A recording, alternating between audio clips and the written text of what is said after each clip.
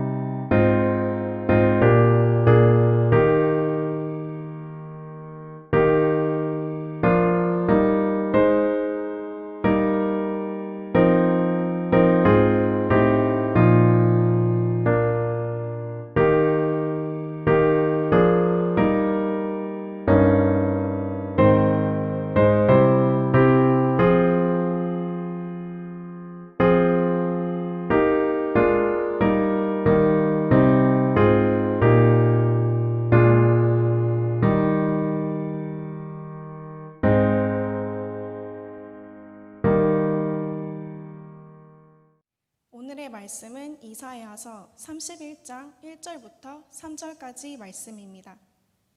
이사야서 31장 1절부터 3절 말씀 함께 봉독하시겠습니다.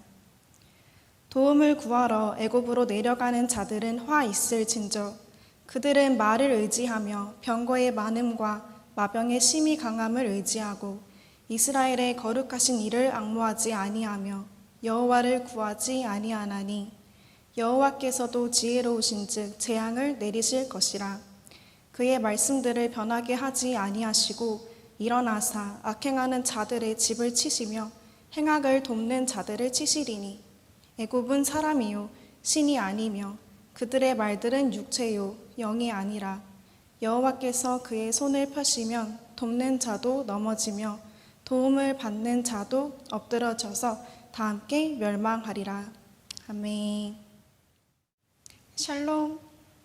오늘도 이른 새벽 하나님을 찾아 나온 모든 성도님들을 진심으로 환영하고 축복합니다. 비록 온라인 예배이지만 말씀을 듣고 기도를 할 때에 각자 있는 처소에서 하나님의 세밀한 음성을 듣게 되기를 간절히 소망합니다. 한 아이가 길을 가다가 넘어집니다. 아이들은 대부분 위험이 닥쳤을 때, 어려운 일이 있을 때 가장 먼저 부모님을 찾습니다. 그리고 주변에서 지켜보고 있던 부모님이 아이의 상황을 빠르게 파악하고 가서 도움을 줍니다. 우리는 이처럼 어려움에 처했을 때 가장 먼저 의지할 대상을 찾습니다. 나에게 도움을 줄 수 있는 사람, 내가 믿을 수 있는 사람이 주로 그 대상이 되곤 합니다. 그리스도인인 우리는 고난을 당할 때, 힘든 일을 겪을 때 먼저 무엇을 구해야 할까요? 유다는 그 당시에 다른 나라들에 비해 아주 약한 나라였습니다. 힘이 부족하니 강한 나라와 동맹을 맺어야겠구나 생각했고 강한 나라인 애굽의 도움을 구하기 위해서 아래로 내려가게 됩니다. 이것은 우리를 도와줄 수 있는 것이 애굽이라고 고백하는 것과 같습니다. 나라를 지키려면 전쟁에서 승리를 해야 했고 주어진 여건 속에서 승리하려면 함께할 강한 나라가 필요했는데 그 의지할 대상을 애굽으로 삼은 것이죠. 하나님은 도움을 요청하기 위해 애굽으로 가는 유다 지도자들에 대해 이렇게 말씀하십니다. 1절을 함께 읽도록 하겠습니다. 도움을 구하러 애굽으로 내려가는 자들은 화 있을진저 그들은 말을 의지하며 병거의 많음과 마병의 심히 강함을 의지하고 이스라엘의 거룩하신 이를 앙모하지 아니하며 여호와를 구하지 아니하나니. 그들은 당장 눈앞에 보이는 전쟁에 대해서만 생각했습니다. 따라서 그 전쟁에 사용되는 말과 병거, 마병 등 전쟁할 때 승리하기 위해 필요한 요소들에만 의지하였습니다. 그 당시의 병거는 고대 사회에서 최고의 기동성을 갖춘 막강한 병기로 병거의 숫자는 곧 한 나라의 국방력과 직결되었다고 합니다. 어떻게 보면 당연한 것 같습니다. 전쟁에 승리하기 위해서, 나라를 지키기 위해서 강한 병력을 가져야 되지 않겠습니까? 잘 달리는 튼튼한 말도 있어야겠고 또 강력한 병거가 있어야 하겠고 전쟁에 능하고 힘이 센 마병들이 있어야 전쟁에서 이기지라고 생각할 수 있습니다. 하지만 우리가 여기서 기억해야 할 것이 있습니다. 그 말도 그 병거도 그 마병도 지으신 분이 바로 하나님이시며 전쟁의 승패까지 주관하시는 분이 하나님이시라는 사실입니다. 프리즌 브레이크라는 미국 드라마가 있습니다. 억울하게 종신형으로 감옥에 간 형을 구하기 위해서 동생이 직접 그 감옥에 들어가 형과 함께 탈옥을 하는 내용인데요.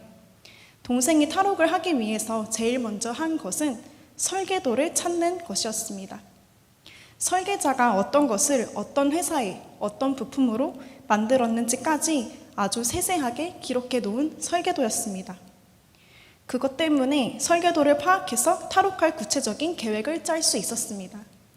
저는 그것을 보면서 이렇게 생각을 했습니다. 건축을 하는 설계자들도 이렇게 세세하게 기록을 하는데 과연 우리를 지으신 하나님께서는 얼마나 세세하게 우리를 알고 계시고 설계를 하셨을까? 하나님은 세상의 모든 것을 지으셨고 모든 것을 계획하고 이루시는 분입니다. 우리의 모든 것을 다 아시는 하나님께 우리가 가진 문제를 가지고 갈 때에 하나님께서 세세하게 그분의 뜻을 이뤄나가실 것입니다. 3절을 함께 읽어보겠습니다. 애굽은 사람이요 신이 아니며 그들의 말들은 육체요 영이 아니라 여호와께서 그의 손을 펴시면 돕는 자도 넘어지며 도움을 받는 자도 엎드려져서 다 함께 멸망하리라. 애굽은 병력이 막강한 나라이지만 결국 사람입니다. 사람은 한계가 있는 유한한 존재이지만 하나님은 무한하십니다. 문제들을 보면 아무리 노력해도 우리의 힘으로 해결되지 않는 것들이 너무나 많습니다. 예를 들어서 컴퓨터가 갑자기 고장이 났습니다. 요즘 핸드폰으로 찾아보면 유용한 정보들이 아주 많이 있죠. 그 정보들을 바탕으로 그 문제를 하나하나 해결해 보려고 노력합니다.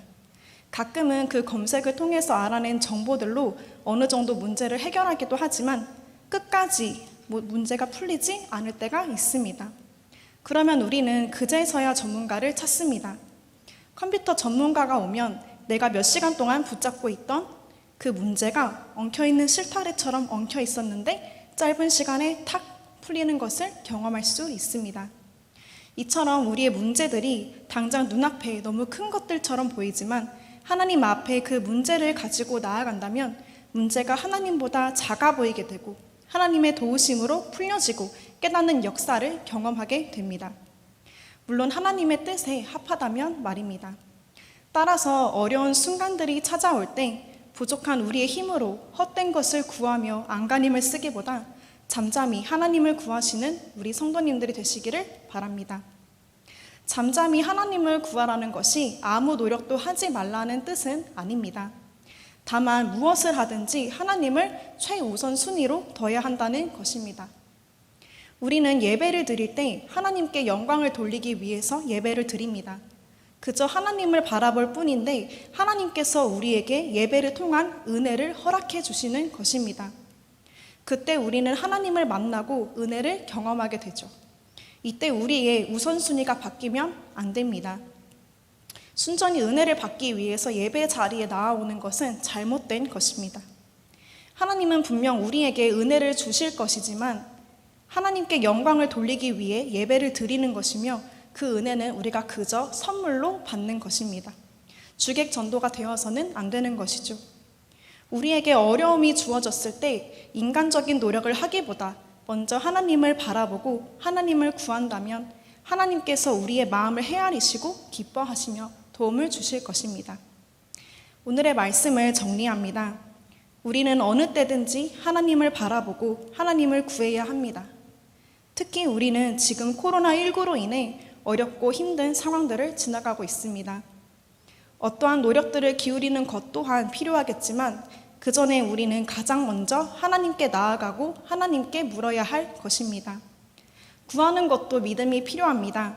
믿음을 가지고 하나님을 구하십시오. 성도님들이 굳건한 믿음과 가난한 심령을 가지고 나아갈 때 하나님께서 뜻을 이루시는 역사가 나타나기를 간절히 소망합니다. 기도하시겠습니다. 사랑이 많으신 하나님, 저희 이렇게 오늘도 각자 있는 처소에서 하나님께 예배드리게 하시니 너무나 감사드립니다. 이 새벽 제단을 찾은 모든 성도님들이 정말 가난한 심령으로 아버지께 정말 붙들리는 마음으로 나온 것이라고 생각합니다. 하나님, 오늘 저희들이 들은 이 말씀을 기억하며 살아가게 하여 주시옵소서. 무엇보다도 하나님을 바라보는 마음보다 앞서지 않게 하시고 저희들이 힘든 문제들과 힘든 것들이 마주할 때에 다른 것들을 의지하고 다른 것들을 하기 위해 노력하기보다 가장 먼저 하나님을 바라보며 하나님께서 원하시는 선택을 할 수 있는 우리가 될 수 있도록 인도하여 주시옵소서. 아버지, 특별히 코로나19로 인해 힘든 상황들을 지나가고 있습니다. 아버지, 저희들에게 정말 주님께서 허락하시는 지혜가 있기를 원합니다. 저희들에게 지혜를 더해주셔서 이 상황들을 막연하게 부정적인 시선으로 바라보기보다 하나님의 뜻을 구하며 하나님께서 원하시는 바를 깨닫는 우리가 될 수 있도록 인도하여 주시옵소서. 사랑이 많으신 예수님의 이름으로 기도드렸습니다. 아멘.